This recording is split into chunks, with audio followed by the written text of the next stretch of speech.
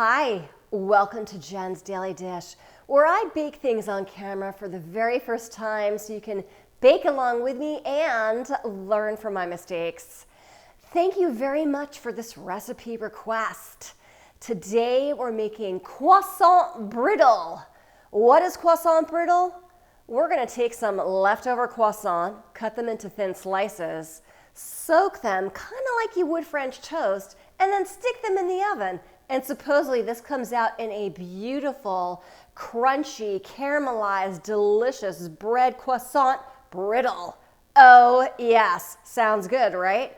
Well, let's give it a try together. Thank you also for this song request. To try and bake you is so long and overdue. French toast is renewed, brittle through and through. Why don't we take a bite? Why don't we take a bite? It'll be out of sight. First things first, preheat your oven to 300 degrees and get your cookie sheets ready with some parchment paper, or feel free to grease them. First thing you want to do is to cut your croissant into 3 horizontal slices like this. So just watch your fingers and do the best you can. Doesn't have to be exact. Okay, so you see, we've got our first layer there, and we'll cut this into a second layer. And I found it's easier to start at the edge and work your way. There we go, we have our 3 layers.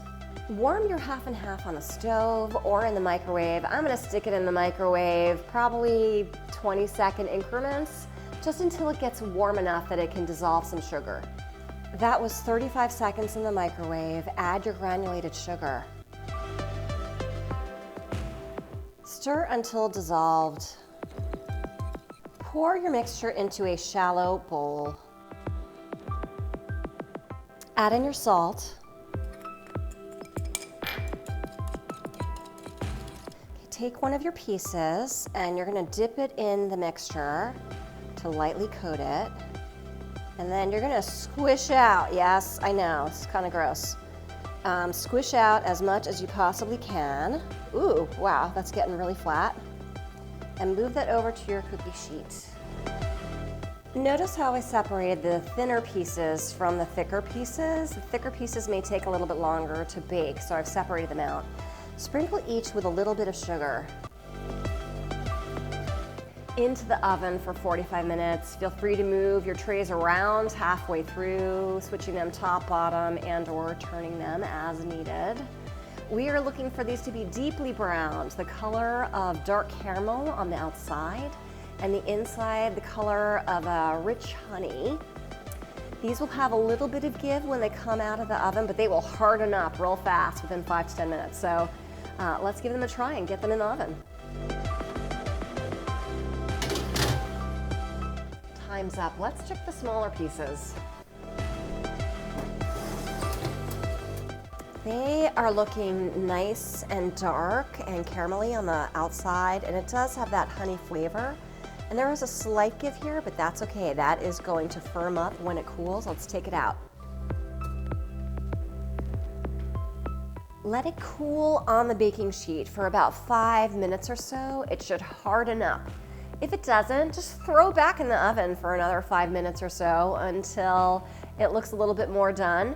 But that's it. Then we get to try it. Look at this easy to make and fun, dare I say, Croissant Brittle.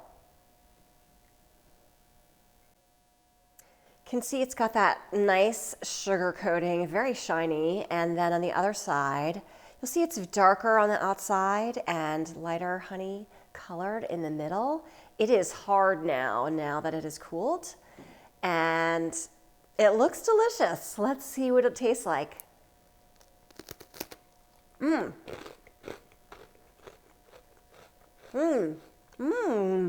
I didn't expect it to be so crunchy, and I should have, because it's called brittle. I mean, come on. This tastes like, kind of like caramel corn, but milkier custardy in flavor, if that makes any sense. If you took bread pudding and you mixed that with caramel corn and you made it crunchy, this is what this tastes like. I know. All you need to know is this is great. It is delicious. It was quick. It was easy. You could make this with the kids. Invite your neighbors over. You could make this. It's sort of like an arts and crafts project. And feel free to play around with the seasonings. You could add cinnamon in. I'm wondering if you could even make this savory. The possibilities are endless. If I can make Croissant Brittle for the very first time with you watching me every step of the way, you can too. Don't forget to like, subscribe, and check me out on Instagram for so much more.